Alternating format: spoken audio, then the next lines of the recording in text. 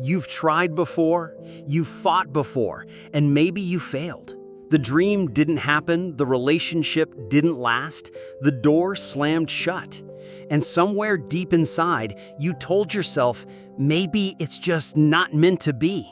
But what if I told you, you didn't fail because you weren't capable? You failed because you were never meant to do it alone. This time, you're not walking into the fire by yourself. This time, you're going with God. When we try to build a life, a dream, a future, using only our strength, we hit walls, we burn out, we give up. We push harder, we stay up later, we give more than we have, and still it feels like we're running in place. Because without God's guidance, we're like a ship without a compass, moving but with no true direction. We can spend years pouring into something that will never bear fruit, simply because it wasn't planted in the soil He prepared for us. Your effort alone can take you far, but it cannot take you all the way. Eventually, your strength will run out. Your resources will run dry. Your best laid plans will hit a ceiling you can't break through. But here's where everything changes. When you partner with God, when you fully surrender that dream, that goal, that plan into His hands, something shifts in the atmosphere. You're no longer working alone. Heaven is working with you.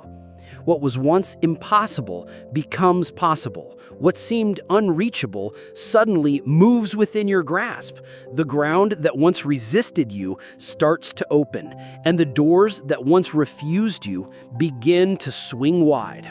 When you try again with God, you're not starting from zero. You're starting from victory.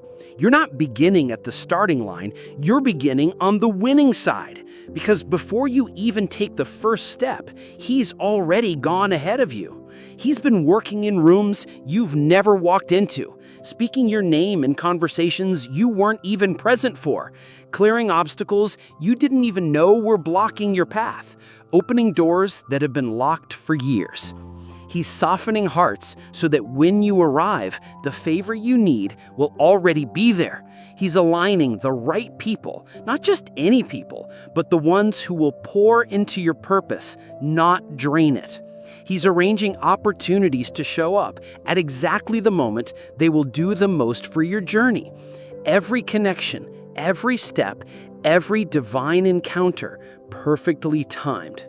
And here's what you need to understand. When God is in it, delays are not defeats. They are divine appointments. That job you didn't get, it wasn't a rejection. It was a rescue. He was protecting you from a place that would have crushed your spirit and stolen your joy. That relationship that ended, it wasn't abandonment. It was alignment. He was removing someone who could not handle the weight of your calling, someone who would have slowed you down or pulled you in the wrong direction. That detour you hated so much, it wasn't a waste of time. It was preparation, a training ground, a classroom for your character.